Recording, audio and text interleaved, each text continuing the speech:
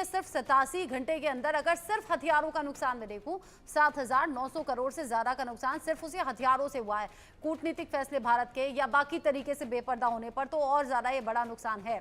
ऐसे में अगर 3 साल से ऊपर रूस यूक्रेन का युद्ध चल रहा है, यूक्रेन की तबाही तो दुनिया देख रही है, लेकिन ऐसा भी नहीं है ना कि रूस का बड़ा फायदा हो गया। तबाही दोनों तरफ है, नुकसान दोनों तरफ है। ऐसे में अगर रूस और अमेरिका में ये टसल बढ़ती है तो ये वैश्विक तौर पर कैसा रहेगा? रचना जी, हम इस चर्चा को और ज्यादा मजेदार बना सकते हैं अगर हम ये समझें कि विश्व युद्ध होता क्या है। दरअसल बहुत सारे लोग जो है वो इस टर्म से सहमत नहीं है, खासकर हिस्टोरियंस, क्योंकि वो ये कहते हैं कि पूरा यूरोप अगर दुनिया है तब तो वो विश्व युद्ध था, क्योंकि हम जानते हैं कि प्रथम और द्वितीय विश्व युद्ध में केवल यूरोपियन राष्ट्र ही आपस में लड़ रहे थे, ना तो वो उसका विस्तार एशिया तक था और ना ही अफ्रीका तक था। एशिया के दरवाजे तक युद्ध आ गया था, द्वितीय विश्व युद्ध खासकर। पर वो अफ्रीका का और बहुत सारे लैटिन अमेरिका का ये देश आपस में नहीं लड़ रहे थे।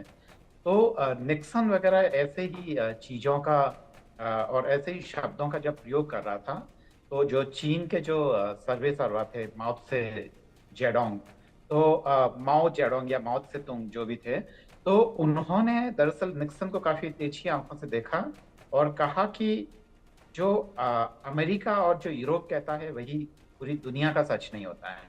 और अभी थोड़े दिन पहले जो जयशंकर साहब ने कहा है कि यूरोप को लगता है कि यूरोप की जो समस्या है वो पूरे विश्व की समस्या है।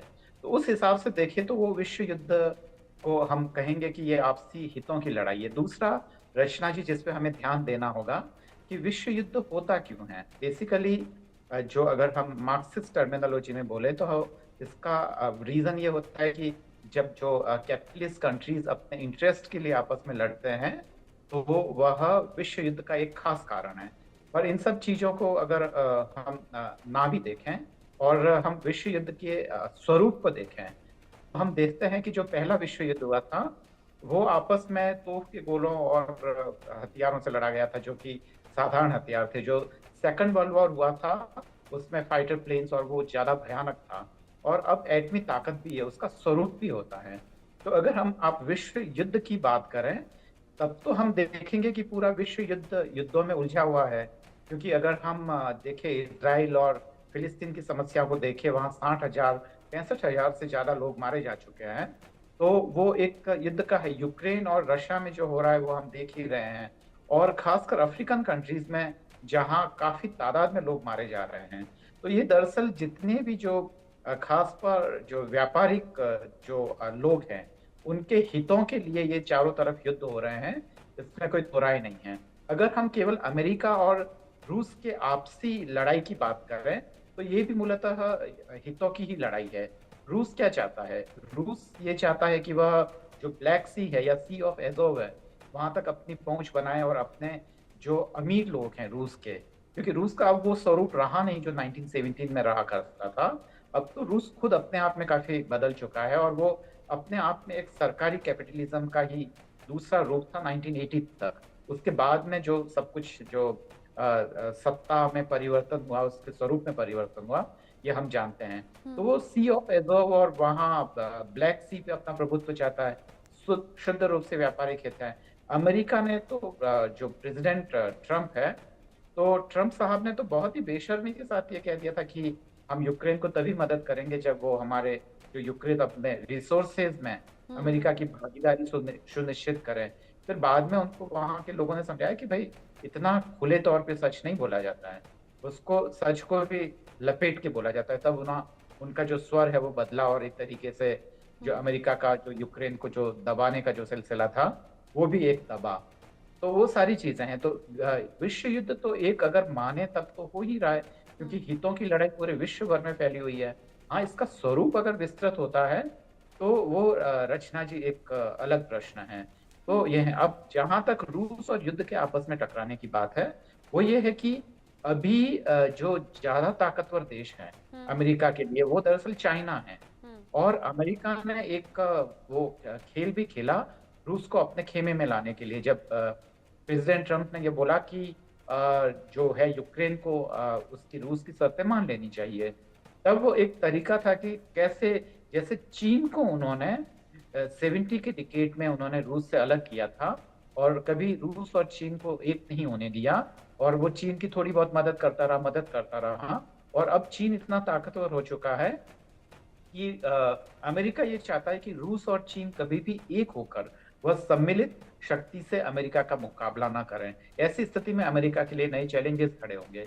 तो अगर युद्ध भी होगा तो उसका स्वरूप ऐसा नहीं होगा कि वो ये, क्योंकि ये पुराना कोल्ड वॉर का जमाना नहीं है जहां दो महाशक्तियां थी, एक तरफ यूएसएसआर था, एक तरफ यूएसए था।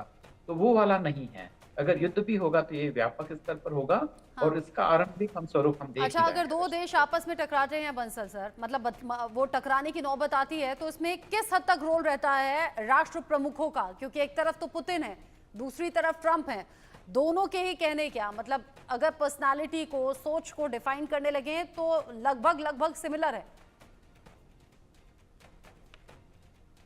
नहीं है, सिमिलर नहीं है, सिस्टम डिफरेंट है।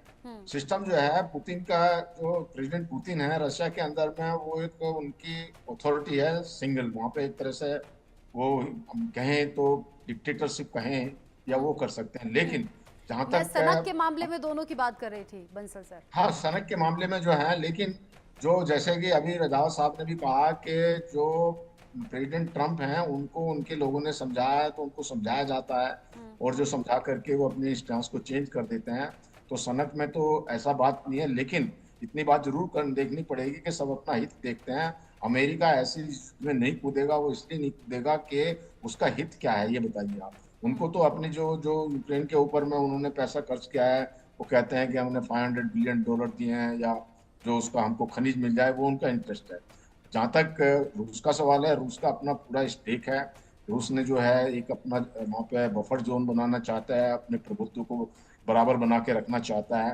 तो इसलिए रूस का और अमेरिका का इतना टकराव नहीं है, बल्कि इसमें आप देखें तो यूक्रेन के साथ साथ जो यूरोप के देश हैं, जो नेटो के अदर कंट्रीज हैं यूरोप, उनका है, उनको ये खतरा है। अगर जो है यूक्रेन के ऊपर कब्जा हो गया तो अगला नंबर उनका आएगा, फिर रोकना बड़ा मुश्किल हो जाएगा। तो उनका स्टेक ज्यादा है, अमेरिका का कोई स्टेक इसमें है नहीं। अमेरिका को तो अपना सुपर पावर बनने के लिए या तो ये है कि हाँ जी ठीक है, उनका सुपर पावर की पोजीशन चली जाएगी, लेकिन जहाँ तक डायरेक्ट इफेक्ट है, जो इम्पैक्ट है लड़ाई का, जो इम्पैक्ट होता है इकोनॉमी के ऊपर इम्पैक्ट होता है, या उनकी जनता के ऊपर इम्पैक्ट होता है, या उनके जो न्यूक्लियर युद्ध भी होएगा, अगर न्यूक्लियर अटैक भी होता है तो पूरे यूरोप के ऊपर में उसका इफेक्ट होगा, अमेरिका के ऊपर में इफेक्ट नहीं होगा। अमेरिका जो है वो अपना यूरोप के प्रेशर में या नेटो को देखते हुए अपनी सुपर पावर बनाने के लिए ही इसमें रहेगा, लेकिन डायरेक्ट नहीं हो रहा जैसा आपने कहा। तो जो इनका रशिया का स्टेक ज्यादा है, और अगर ज्यादा इंटरेस्ट जो है वो यूएस का है चाइना के साथ में, जो ताइवान को बचाने के लिए दक्षिणी चीन सागर के अंदर में वहां पर ज्यादा है। उसके अलावा फिर ईरान के साथ में, यहाँ पर जो अमेरिका का इतना स्टेक नहीं है, और क्योंकि मिडिल ईस्ट में भी अमेरिका के सैन्य अड्डे हैं, और वहाँ पर जो साउथ चाइना जो प्रशांत महासागर के अंदर में भी इनका गुआम एयर बेस है। तो इन सबको देखते हुए जो डायरेक्ट इंटरेस्ट है वो अमेरिका का दूसरी जगह पे है, न कि यूरोप के अंदर में। यूरोप के अंदर में तो ये नेटो को बना के रखना चाहते थे, क्योंकि अमेरिका हमेशा नेटो को यूज करता रहा। हालांकि नेटो जो है, जब अफगानिस्तान के बाद में प्रेसिडेंट मैक्रो ने ये कहा था कि नेटो अभी ब्रेन डेड है, मतलब नेटो में कोई शक्ति नहीं रही थी, लेकिन उसको जो है जीवित पुनर् किया गया है इस युद्ध के कारण, जो यूक्रेन में युद्ध हुआ। अगर यूक्रेन में युद्ध नहीं होता तो कोई कंट्री नेटो का इंटरेस्टेड ही नहीं था। फ्रांस ने जाकर कोशिश किया, जैसा मैंने बताया, जो इनके जर्मनी के और पूरे यूरोप को जो है गैस सप्लाई होती थी रशिया से, तो रशिया का और यूरोप का बड़ा अच्छा व्यापार था, बहुत ठीक चल रहा था। और मुझे नहीं लगता कि ये कारण था कि रशिया ने अटैक किया कि वो नेटो का मेंबर बन जाएगा। अभी नेटो का मेंबर तो उसके बाद में जो है फिनलैंड और स्वीडन भी बने हैं। फिनलैंड का भी 1300 किलोमीटर की बाउंड्री है रशिया के साथ में। हालांकि धमकी दी रशिया ने कि हम तुमको मिटा देंगे, और स्वीडन को भी दी, लेकिन कुछ नहीं किया। हाँ। जो यूक्रेन के ऊपर में है तो वो ये था कि हाँ कुछ अपने तरह की सरकार कठपुतली सरकार लाई जाए, वहां पे कब्जा किया जाए। और रशिया का ये मिसकैलकुलेशन रहा है, उन्होंने सोचा था कि यूक्रेन के लोग जो है हमारा स्वागत करेंगे और वो यहाँ से जो जेलेंस्की है उससे फेडअप हैं और हाँ। हमको फटाक से 2-3 दिन में या हफ्ते भर के अंदर में इसको जीत लेंगे। लेकिन ऐसा नहीं हुआ और ये एक मिसकैलकुलेशन रहा है। और मिसकैलकुलेशन का जो ये हो रहा है कि रशिया को भी हाँ। इतना मुझे नहीं लगता कोई फायदा